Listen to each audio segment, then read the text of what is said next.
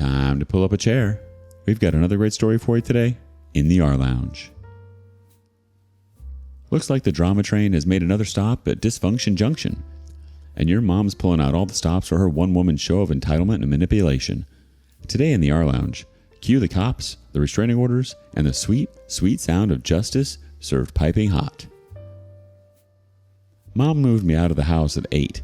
To accommodate her new family, I took possession of the house. I am 24. Let me start off by saying I was kicked out by my mom because she needed to impress her new husband. Okay, if kicked out seemed a little harsh, we can say she moved me out of my own home and made me live with my grandparents, father's side. I have all the good memories until my dad was alive. Unfortunately, we lost him when I was 7. As a kid, I felt devastated. I was very close to my dad, and sending him off inside a coffin broke my heart. I still remember that moment very clearly, and it saddens me till date. While I was still processing the loss, my mom showed up with another man and insisted I call him Dad. I was like, no way. I don't know if I was right or wrong, but I just didn't feel right to call him Dad within a few months of my own father's demise. After that first meeting, I often found him in my mom's bedroom, and it was difficult to see how quickly my mom had moved on. She didn't even wait a year before bringing my dad's replacement to the house. I was not ready to accept him as my dad's replacement. I had recently turned 8 when they planned their beautiful wedding. They had put up a pretty huge wedding for second-timers. Anyways, none of my business. She left me with my grandparents as she went on her honeymoon. A month passed, but she didn't turn up. I kept asking my grandparents when would Mom come to pick me up, but they didn't have any answer. Then suddenly she showed up one day. I was so excited to see her after so long. I rushed to hug her, but she had brought all my belongings to dump me at my grandparents'. I was heartbroken, to say the least. I lived with my grandparents until my high school. I was happy with them. My mom used to show up sometimes only to tell me how much she loved me and cared for me. Sometimes I used to question her that if she loved me so much, why had she dumped me at my grandparents'? She had no answer. She would try to cover it up by saying, "Oh, your grandparents are turning old. They need a helping hand to run their groceries and dump out their trash." It was much later that she admitted the actual reason. She had given my room to her stepchildren. Bill, Mom's husband, had 2 children who moved into our house with Bill after their wedding. My mom prioritized her new family over me. It was natural for me to get resentful over her, so eventually I stopped bothering her. After high school, I moved out from my grandparents, but I still visited them often. They were kind of saviors for me. They raised me. If not for them, my childhood would have been ruined.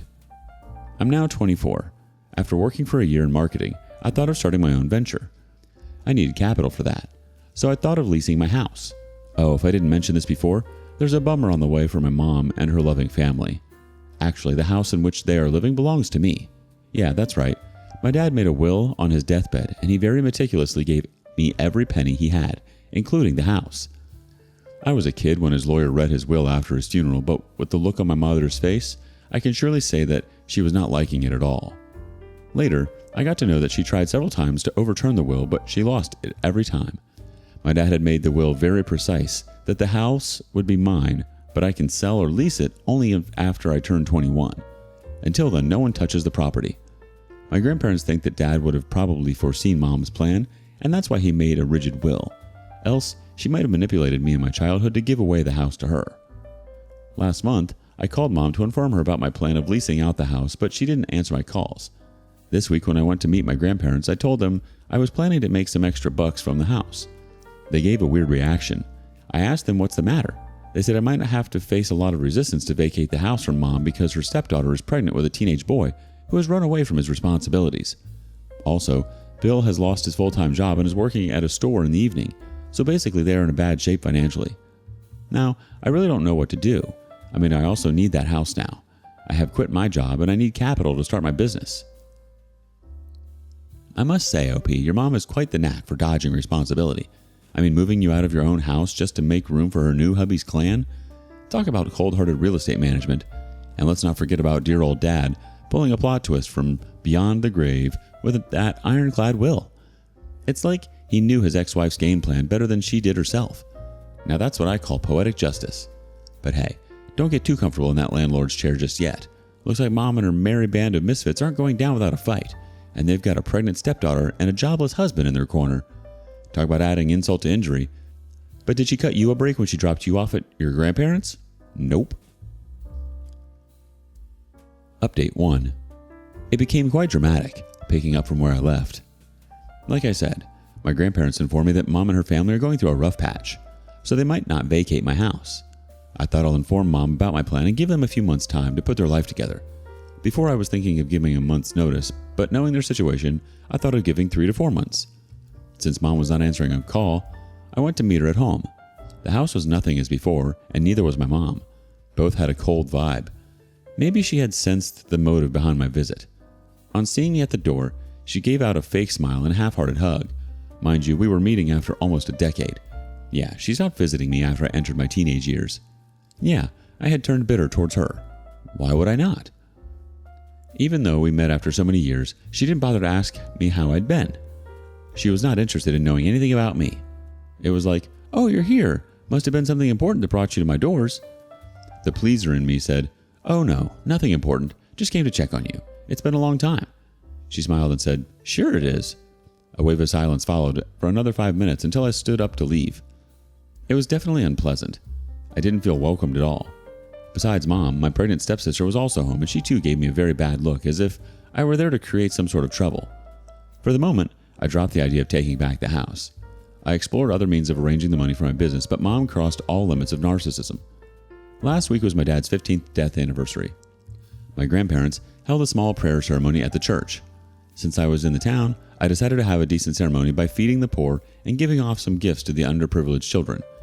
I invited my friends and relatives for the prayer. I emailed the invite to my mom as well, but she didn't respond. When I traced the history of the mail, I found she hadn't opened it. This was my first mail to her. I thought it went to spam or something, so I showed up at her house again. This time, Mom wasn't at home. My stepsister, Brenda, answered the door. No hello, no greetings. A straight question slapped on my face. "You're back again? What's the matter?" I said I was here to meet Mom. She said, "With the way she spoke to you last time, do you think she wants to meet you again?" She said it so bluntly that I couldn't get what she said, and I spit it out that I was here to invite Mom for the prayer ceremony of my dad. She chuckled in my face and said, "That was like centuries ago. You're still holding that up? Get over it." I said, "Excuse me, he was my dad, and it's none of your business to comment." She rolled her eyes and pushed off to her room. I sat there like an idiot for a few more minutes, and then I left a note for Mom on the table. I asked her to call me back. She called me the next day, and I told her about the prayer ceremony. She remained quiet for a minute, and then said she would not be able to make it because she had to take Brenda for a checkup. That was a bummer. I mean, she could have said she would try, but turning it down outrightly was disappointing. I replied sarcastically, "Yeah, of course they are your priority. We are no one to you, so be it. Good luck raising that narcissistic woman and her bastard child." She flipped out that I used that word. I said, "Why would I be nice to her when she was so mean to me? She made fun of my emotions." To defend her, Mom said, "It was natural for her to get furious. You can't talk about dead in front of a pregnant woman. You're such an insensitive dud like your father." The moment she said that, I lost my mind. I yelled at her that she should not talk trash about my father. If anyone who's insensitive here, it has to be her. The way she was talking about my dead father. She said, "Your father died 15 years ago. God damn, get over it." I said, "Sure, the way you did, within weeks or maybe days. Who knows? You know what? You don't need to come. My father would not like your prayer after seeing your true colors." I hung up the phone after saying this. The same day, I hired a lawyer and started the process of sending a legal notice of eviction. The lawyer took some 15 days to validate my dad's will and send the notice to Mom. As expected, when the eviction notice reached them, she freaked out. Apparently, she never thought I would go to such lengths to exact my revenge on her for not attending Dad's prayer ceremony. I laughed at her voicemail and blocked her. When she couldn't contact me anywhere, she showed up at my grandparents' place. I wasn't there at the time. Oh yeah, I'm living with my grandparents again until I put my life together. My mother requests my grandparents to convince me to withdraw the eviction notice. My grandparents are calm and nice people. That's why they didn't throw her out.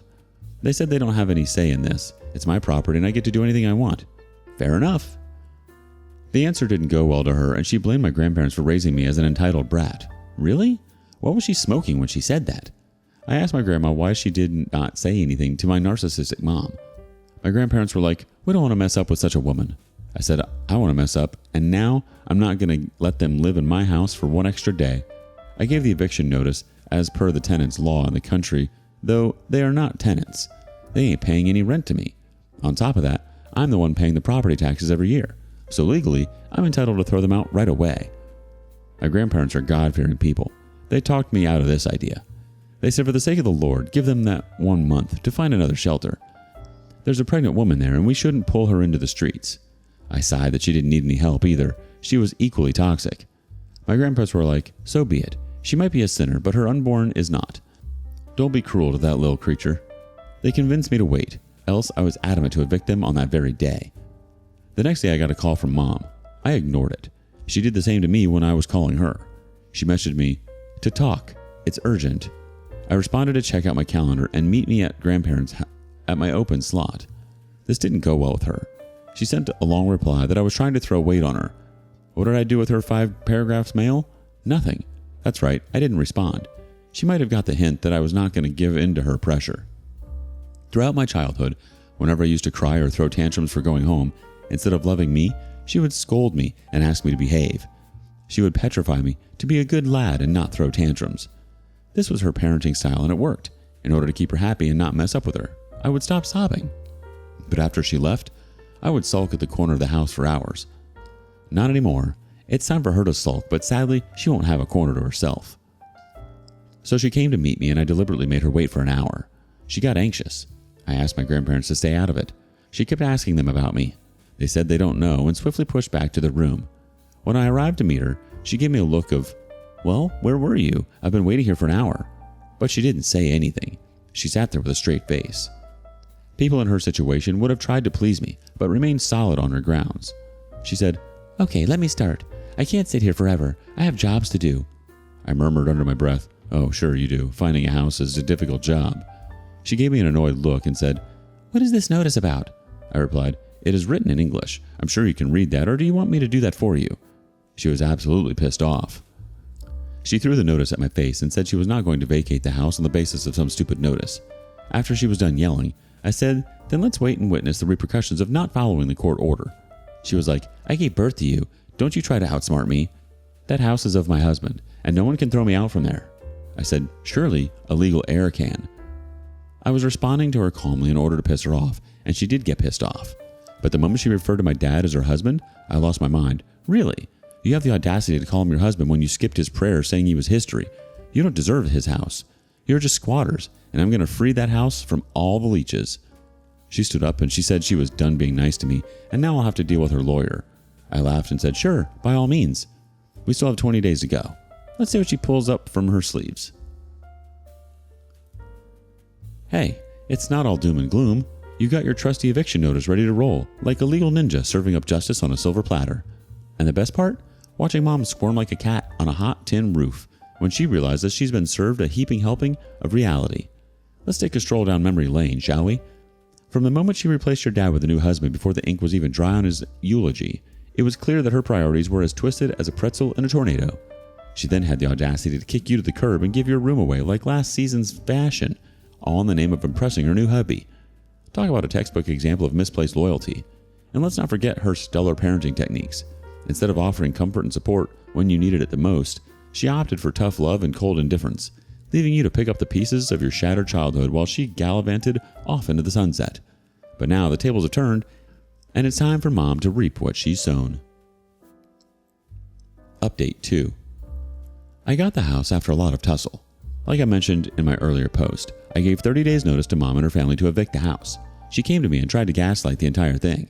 I shut her down, and she leaves. The next series of events was nothing but pure narcissism by them. Could you believe that her stepdaughter, Brenda, came charging at me, and on top of that, threatened to press a harassment case on me? She was playing her pregnancy victim card, like I can do anything I want because I am carrying a child inside of me. I said, woman, pregnancy is not a ticket to get away with your nuisance. She tried to mess up with my grandparents until we showed her the camera installed across the house. I said, one more time you set your foot here, and I'm going to get you arrested. Then comes my mother to defend her golden stepdaughter. She accused me of abusing and mentally torturing her pregnant Brenda. She said she is going to sue me for this. I said, sure, let the judge decide based on the camera footage. When she could no longer win through force, she mellowed down. She started sobbing and said, what did she do wrong in raising me that I became a self-centered individual? She started blaming herself for not raising me properly. She, in fact, brought my dead father in between and said it was his fault that he died so early and didn't give me a proper upbringing. I said, hold on. If anyone is to be blamed, it has to be you. Not for raising me wrong, because you never raised me. I'm raised by my grandparents, and they did a pretty good job. You should feel sorry for abandoning me, but you know what? Glad you didn't raise me. I see how badly you've raised your stepdaughter. I brought her up teen pregnancy thing also. I know I shouldn't have done moral policing, but in the moment of rage, I did. Naturally, she got furious at me. I realized I had overstepped my boundaries, so I remained quiet after that. I said I didn't want to get into any further talks. I just want my property back. I have let them live there for free for so many years. Now I really need it. I tried to make her understand in my situation that I had quit my job and needed money to start my business. So I would be leasing the house. She flipped out that I was throwing them out only to let other strangers live there. I said the other strangers are going to pay me rent. If you agree to pay, you can live there. She again freaked out that I was bringing money into the family matters. I said, there isn't any family here. You threw me away like a pile of garbage and hardly checked on me. My birthdays, Christmas, Thanksgiving, you barely showed up. And even when you did, you made me feel that you were doing me a favor. What kind of mother does that? A mother like you, right. She tried all means to manipulate me. Gaslighting, guilt-tripping, and her usual ones, anger. When she understood that I got no chills, she left. You guys are thinking that they vacated the house after that. A big no, they didn't. Mom's loser husband was yet to come into the picture. That crap-headed man sent a voicemail. Dude, you don't know who you're messing with. I can deadlift you and make you plead for your life. One punch on your face and you're going to forget about the house. You show up at my door again and I'm going to knock you out. That dude is big and he loves to flaunt it. I don't know much about him, but my grandparents cautioned me not to mess with him. He is a bully. Sure he is, but he is a dummy. He laid out the evidence against himself by threatening me over voicemail. I didn't respond to him because I wanted a bigger dude to handle him, the cops. On the supposed day of eviction, I went to the station and registered a case of threats. I had a solid evidence. My lawyer walked down with me to the station and requested the cops to accompany us to the eviction. Initially, they were not ready to come. They said call us if they caused trouble, but we didn't want to deal with the squatters by ourselves. Some cash helped in getting them on board, and they accompanied us. When I reached the house with my lawyer, they, Mom, Bill, and Brenda, started cussing us. Her loser husband even came out with a hockey stick, but as soon as they saw the cops' vehicle behind our car, he stepped back. The cops showed them the eviction notice and asked them to leave. They were so confident of chasing me out that they didn't even pack their stuff. They asked the cops to give them a further 1 month's time. The cops looked at me and I said, no way, not after all these threats. They started using Brenda's pregnancy to buy a few more days, but I put my foot down and said, now. I got some weird looks from the cops that I was insensitive, but I was following the legal route, so no one had any say. They further bargained to give me a day's time. I said 3 hours from now. They gave me looks of bitterness. Bill even tried to brush his shoulder against me with red eyes. The cops yelled, get moving. More of packing and less of giving looks. We all left after that. The cops asked them to hand over the keys at the station from where I would pick it up. We had to pay the cops extra bucks to facilitate this, and it was completely worth it. Who wants to deal with those squatters? My lawyer suggested I take a restraining order against them on the property in case they want to come back and harass me or the tenants. They're well capable of doing that. We took it, and the cops shared a copy of the restraining order with them and explained the consequences of violating it. The paleness on their faces was unmissable. So finally, I got the house and I have put it up for lease. I hope to get a good deal and I'm able to start my business as soon as possible. Enough of dealing with the craphead people. This would mostly be my last update unless they come back to mess with me again. Thanks for reading this and supporting me throughout. First, Mom tries to pull the sympathy card. Then her precious stepdaughter jumps into the fray, waving around her pregnancy like it's a get-out-of-jail-free card. Sorry, Brenda, but having a bun in the oven doesn't excuse being a royal pain in the backside. Then dear old Bill, the lumbering oaf who thinks he's a tough stuff with his hockey stick threats. Newsflash, buddy, you're about as intimidating as a wet noodle. Here's to you, OP, who's turned eviction into an art form and made squatter shoeing look like child's play. And as for Mom and her sorry excuse for a family, well, they've learned the hard way that you don't mess with someone who's got justice, determination, and a darn good lawyer on their side. So long, farewell, auf Wiedersehen, adieu. What are your thoughts? Share them with us in the comments below. Thank you for joining us today on the rLounge. Be sure to like and subscribe and hit that notification bell so you don't miss out on our next video. See you soon.